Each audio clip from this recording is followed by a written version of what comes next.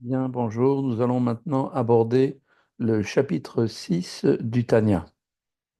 Dans les chapitres précédents, Rabbi Shneur Zalman a décrit l'âme divine, ses 10 facultés, 3 intellectuelles et 7 émotionnelles, correspondant aux 10 sphirotes dans les sphirotes des mondes, et ces 3 vêtements aussi, par lesquels l'âme s'exprime, donc que sont la pensée, la parole et l'action, qui relèvent donc de la Torah et des mitzvot. Les vêtements de l'âme sont en fait supérieurs à l'âme elle-même, puisqu'en vertu de l'unité de la Torah avec Dieu, eh bien, l'âme qui s'en habille, c'est-à-dire qui étudie la Torah et accomplit les commandements, eh bien, ni plus ni moins, s'unit à Dieu. Cela est encore plus vrai pour l'étude de la Torah, par laquelle l'âme, comme on l'a vu dans le chapitre précédent, étreint la sagesse divine qui s'y trouve confinée tout en étant en même temps elle-même étreinte par elle. Dans le chapitre 6, maintenant, le Rabbi Shlomo Zalman va aborder l'âme animale, sa structure formelle est similaire à l'âme divine. Donc, comme dans un miroir, il y a le côté de la Kedusha et de l'autre côté, des forces de l'âme animale. Elle possède, cette âme animale, également 10 facultés et donc 3 vêtements. Toutefois, au contraire de l'âme divine, l'âme animale a pour substance la klipa, les forces du mal. Et ses facultés, comme ses vêtements, sont donc impures. Avec de tels vêtements, on le verra, l'âme animale éprouve une vertigineuse descente. À propos du concept de klipa, il a été expliqué au chapitre premier que toute existence est créée et reçoit la vie du Créateur. Néanmoins, pour que demeure ouvert le choix entre le bien et le mal, donc ce qu'on appelle le libre arbitre, et que l'effort engagé pour servir Dieu eh bien, soit réellement rétribué par un mérite réel, eh bien donc Dieu a créé des forces qui sont les forces de l'impureté, qui elles-mêmes viennent pour dissimuler le divin qui se trouve au sein de la création et nous faire croire que dans ce monde, Dieu n'est pas là.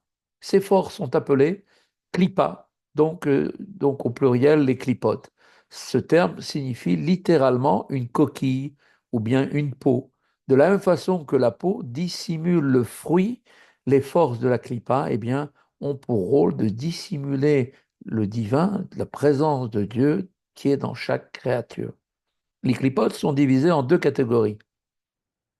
La clipat noga, littéralement, est une clipa qui comprend elle-même de la lumière. Et il y a les 3 autres clipotes impures qui elles-mêmes sont totalement, donc, aucune lumière que des ténèbres. La première catégorie, clipat noga, comprend elle-même un peu de bien. Elle constitue un niveau intermédiaire entre le bien et le mal, un élément de la création qui reçoit sa vitalité à travers l'écran dissimulateur de cette clipa pourra servir à la réalisation du bien comme du mal.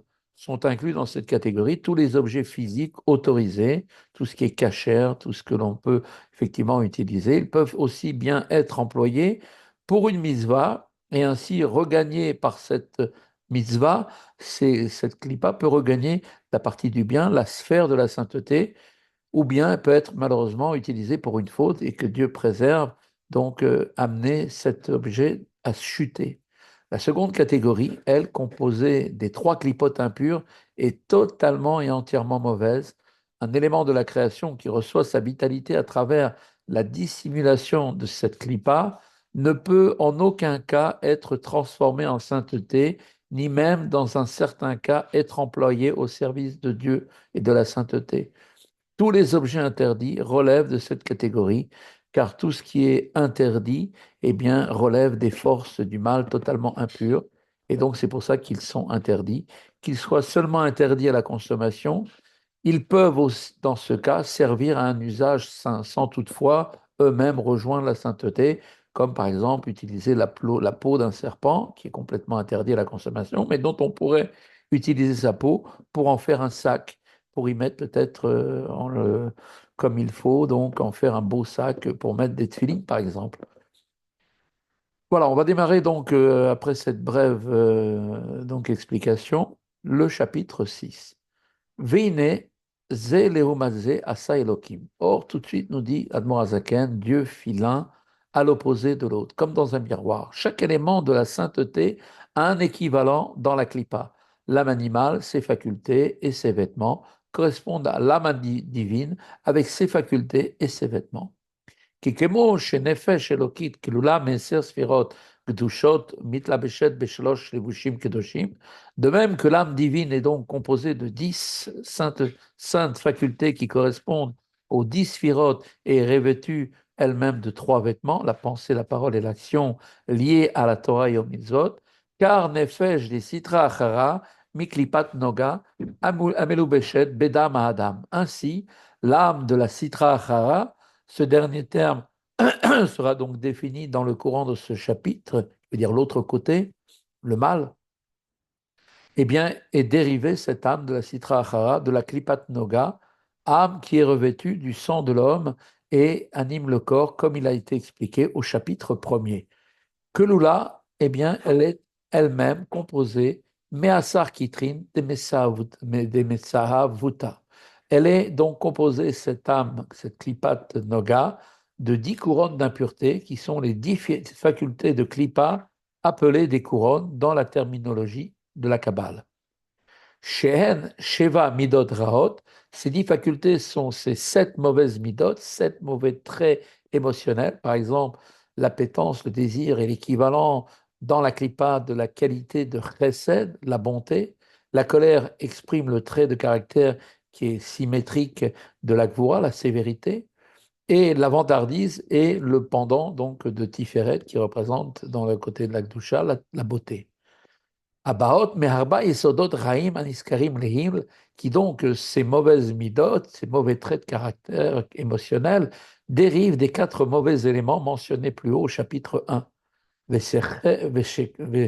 ושכל המולידין הנחלקת לשלושה שהן חוכמה, בינה ודעת, מקור המידות.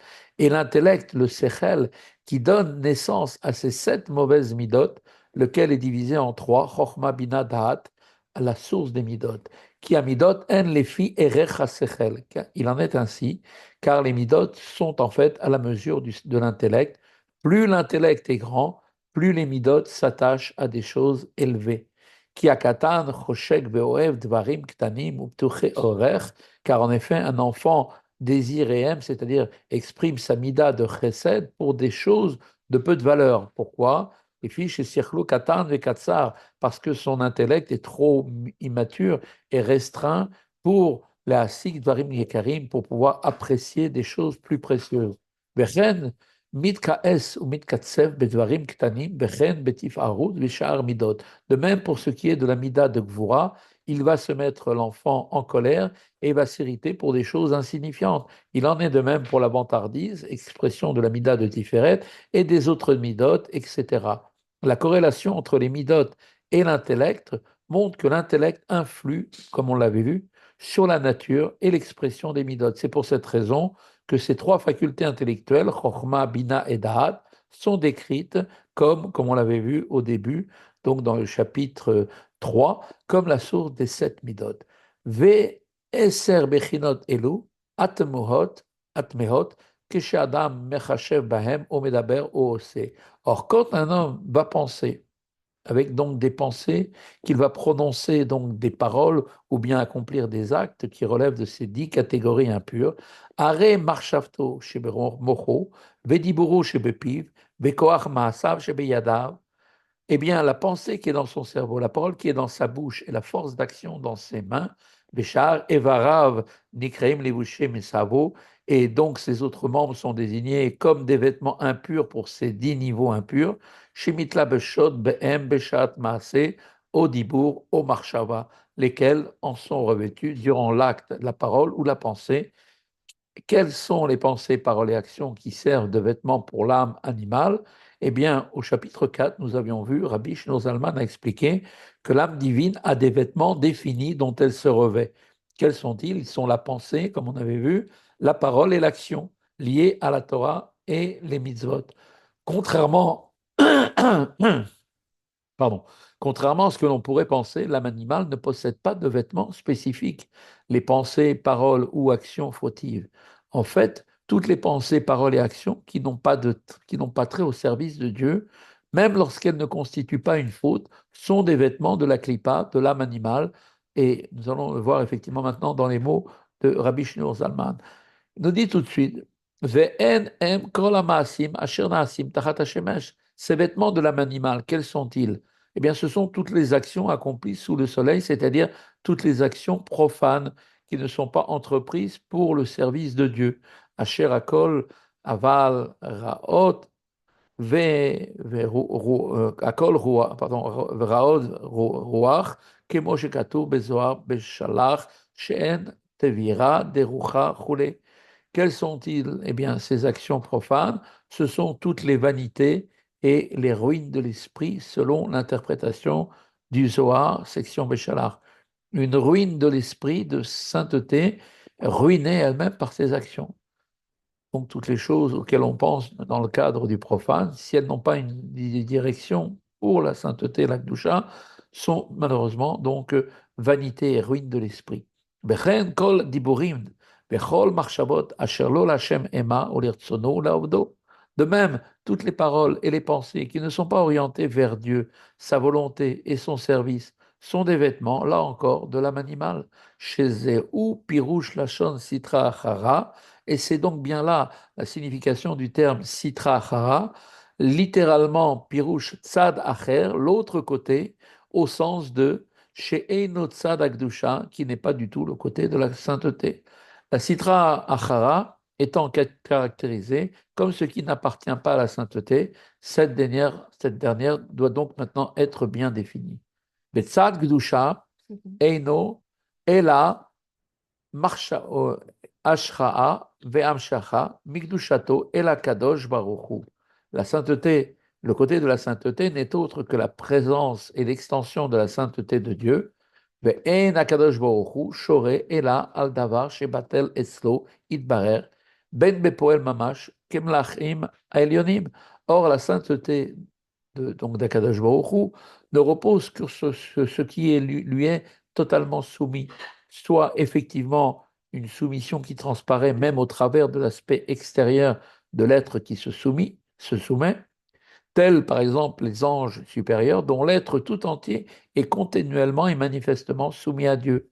Bein Bekorar, Bechol, Kechol Ish, Israël, Lemata, et donc soit soumis potentiellement, comme chaque juif ici-bas en ce monde physique, chez Bekocho Liyot Batel Mamash, qui est capable, chaque juif, d'être effectivement soumis à Dieu, ou Bemesirut Nafsho al Kedushat Hashem, comme prêt à donner sa vie, donc d'être soumis par le martyr pour la sanctification du nom de Dieu.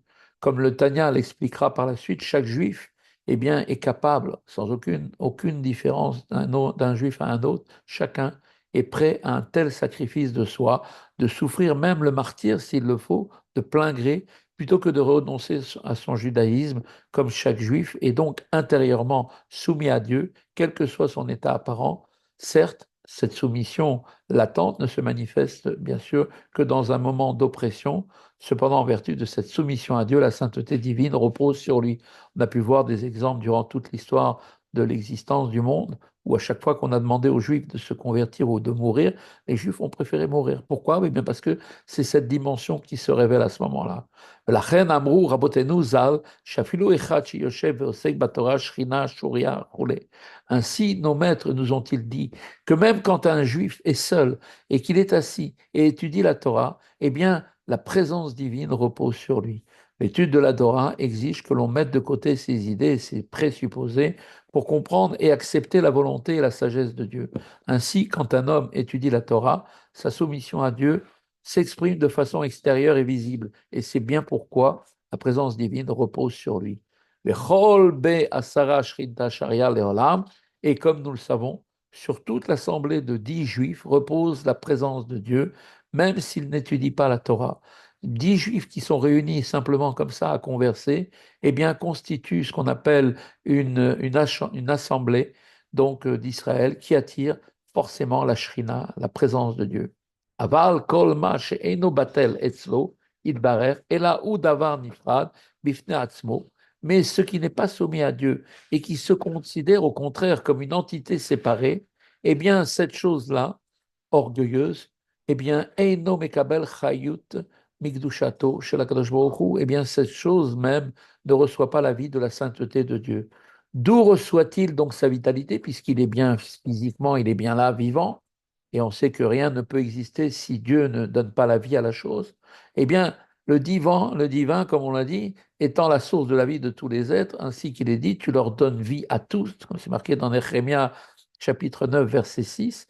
Rabbi Shneur Zalman va par conséquent préciser que le sens de cette affirmation, en expliquant que les êtres qui ne sont pas soumis à Dieu, eh bien, eux reçoivent leur vitalité d'un niveau extérieur, superficiel du divin, et ce, au moyen d'une descente graduelle accompagnée de nombreuses contractions de la force vitale. C'est là le sens même de la vitalité qui parvient aux forces du mal.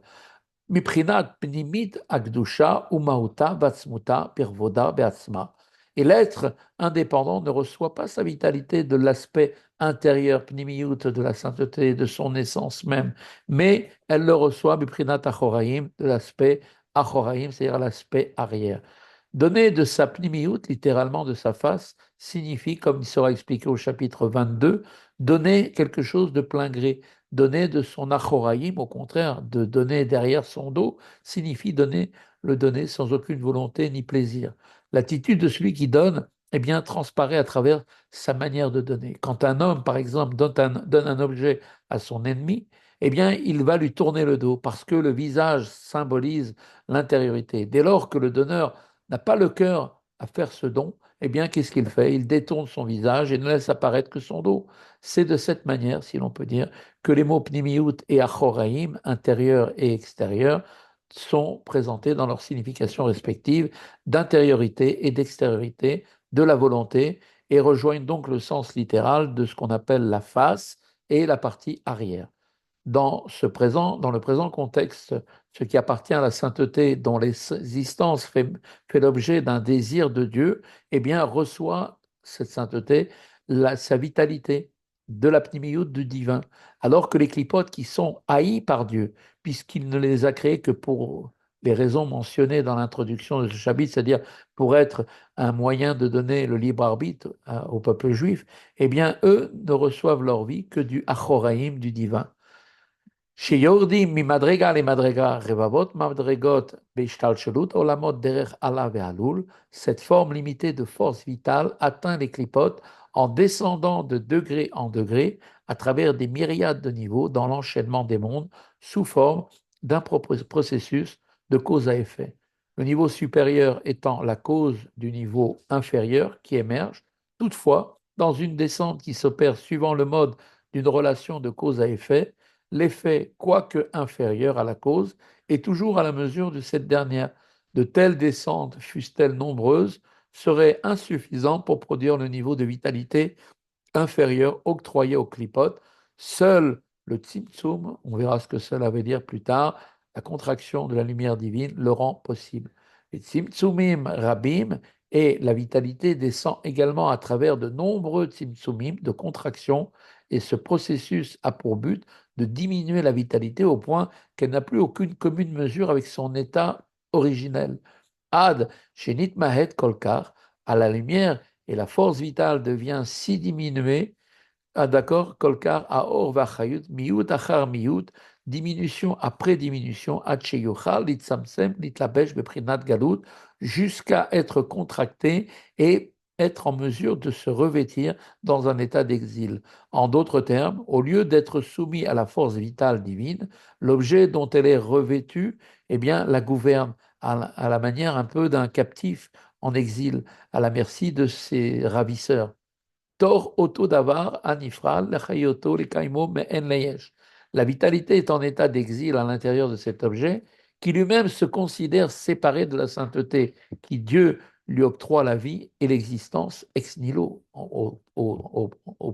Cependant, Shelo yarzor liot ein ve'efes kebetrila bekodem shenivra, de sorte que cette créature, même si elle est contraire à la volonté divine dans son comportement, eh bien, continue d'exister de sorte qu'il ne retourne pas au néant tel qu'il fut même avant d'être créé.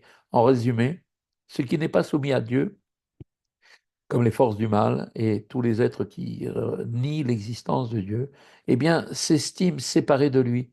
Eh bien, malgré tout, ces êtres-là reçoivent sa vitalité de l'aspect extérieur, achoraïm, de Dieu à travers de nombreuses descentes et contractions. La force vitale divine qui est ainsi dissimulée dans un état d'exil et il appartient, cette créature, à la clipa.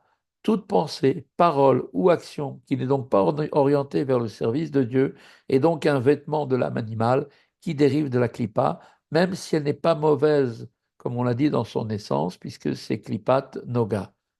Il y a du bien dedans. V'lachen nikra olam hazeh umluho olam haklipot v'sitra achara. Et c'est pourquoi ce monde et tout ce qu'il contient est appelé le monde des clipotes et de la sitra achara, de l'autre côté, malgré la sainteté divine qui anime ce monde également. Pourquoi? Eh bien parce que les créatures de ce monde physique ressentent leur existence comme totalement indépendante de Dieu, tellement le monde est caché par les forces du mal, et celui-ci est défini effectivement comme un monde de clipotes et de sitra achara. ולכן כל מעשה עולם הזה, קשים ורעים, רשעים גוברים בו, כמו שכתוב בעץ חיים, שער מ"ב, סוף פרק ד'. C'est la raison pour laquelle tous les faits de ce monde sont rudes et mauvais, et les méchants prédominent, ainsi qu'il est écrit dans le Etz Chaim, porte 42, fin du chapitre 4. Aga, note, Rabbi Shlomo Zalman, dans cette note, entend préciser ce qui vient d'être dit. Ce monde et tout ce qu'il contient est appelé le monde de la Klippa. En dépit de cette caractérisation, le divin demeure immanent au monde, plus précisément suivant la terminologie kabbalistique de la lumière infinie de Dieu se révèle des sphirotes des quatre mondes, Atzilut, Bria, Yetzira, Asiya. Ainsi, ce monde est-il lui aussi empli du Or En Sof, et il n'y a pas là de contradiction avec le fait de ce que ce monde donc est celui de la Klippa. אם היות בתוכו 10 ספירות דעשייה דקדושה, כמו שכתוב בעץ חיים שער מ"ג, malgré le fait que ce monde contient en lui les 10 sphirotes du monde d'Asiya de sainteté, comme l'explique le Etz Chaim, porte 43, le monde d'Asiya embrasse notre monde physique ainsi que le monde d'Asiya spirituel. Toutefois, le monde d'Asiya physique enferme également les sphirotes d'Asiya spirituel. Ou Betor, Asar sphirotes d'Asiya Elou, En asar sfirot de Yetzira, ou betochan asar sfirot de Bria, ou betochan asar sfirot d'Atsilut, chez betochan or en sof baruchu, et que dans ces 10 sfirot d'Asiya résident les 10 sfirot de Yetzira, qui renferment les 10 sfirot de Bria, qu'elles-mêmes contiennent les 10 sfirot d'Atsilut, où demeure la lumière du Ensof. Animsa or Ensof baruchu, male kol haaretz alzo atartona al yedei itlapshuto be'asar sfirot d'arba olamot, Atzilut, Bria, Yetzira, Asiya. La lumière donc du Ensof emplit donc dans sa totalité donc ce bas monde en étant revêtu des 10 sphirotes des quatre mondes, Atzilut, Bria, Yetzira, et Asiya.